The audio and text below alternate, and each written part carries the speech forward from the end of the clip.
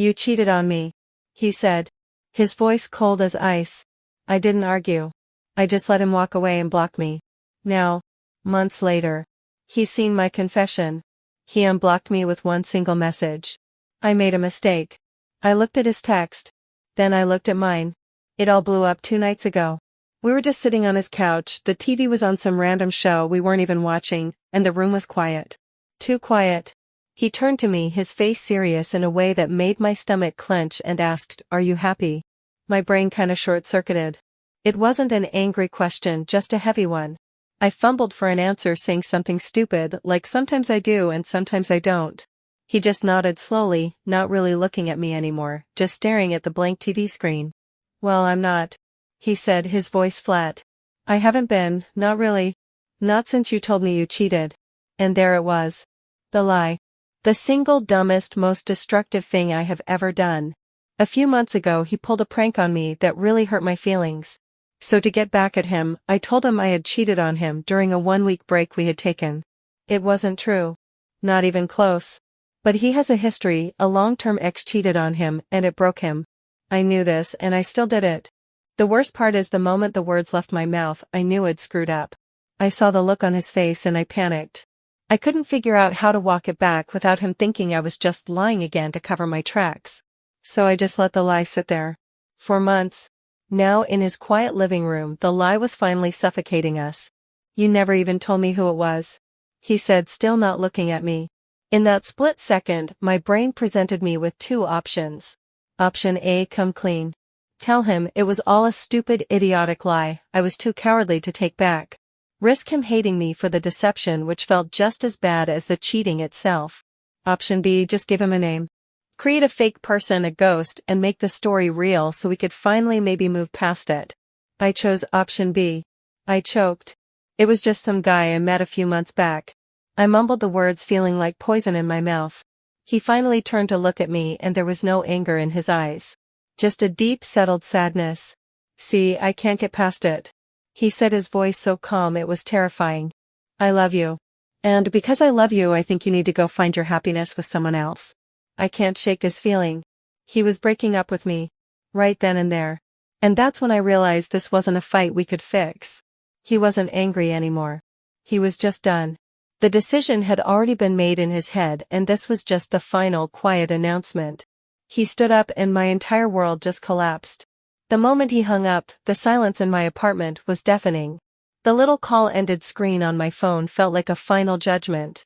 My first thought wasn't sadness, it was pure unadulterated panic. No. This isn't a decision, it's a mistake.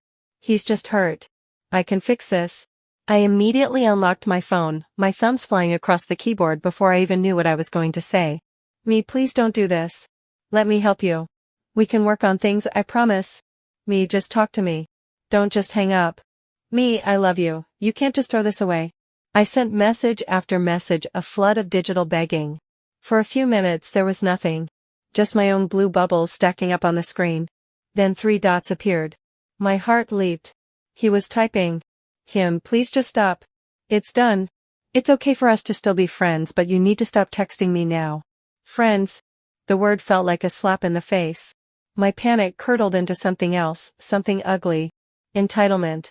How could he just decide this was over and offer me a friendship bracelet as a consolation prize? My mind raced. He doesn't get it.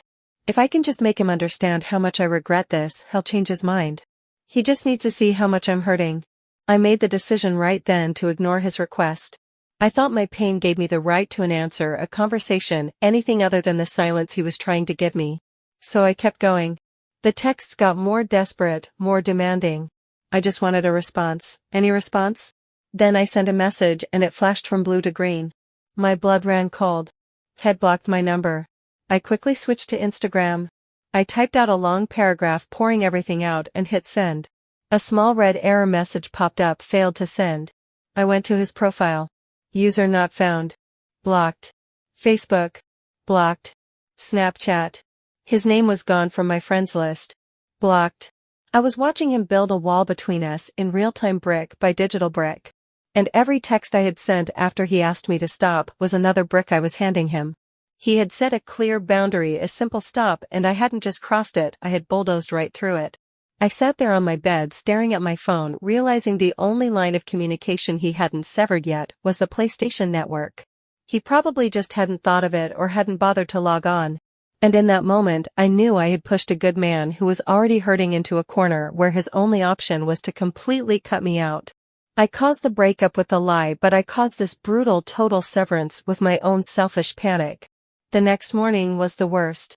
I woke up with a split second of peace before the full weight of what I'd done came crashing down on me. I grabbed my phone, driven by some stupid hopeful instinct. Of course nothing had changed. He was still a ghost on every app. The silence was absolute. My apartment felt like a tomb. It was in that moment, staring at the blank screen, that I realized I couldn't let it end with him believing he was cheated on. Even if he hated me for being a liar, it felt more honest than him hating me for being a cheater.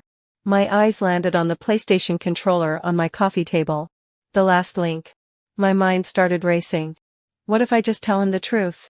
It probably won't change anything, but at least it might take that specific pain off his mental state.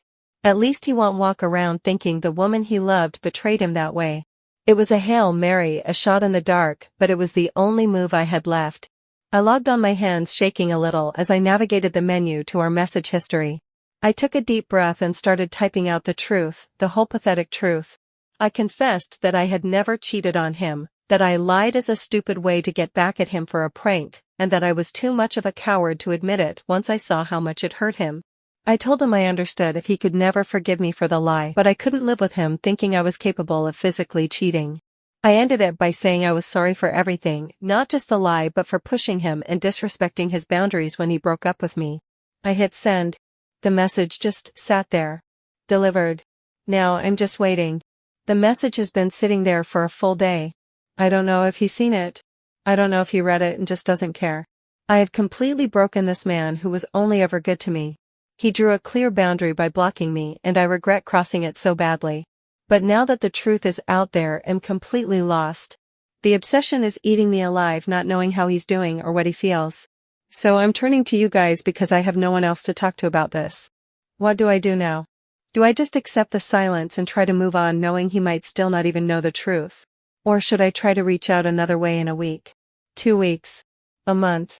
I really love him, and I want to believe that with time we can at least talk this through. I made a terrible mistake, and I'm asking for any advice or even just some comfort because I feel like I'm drowning.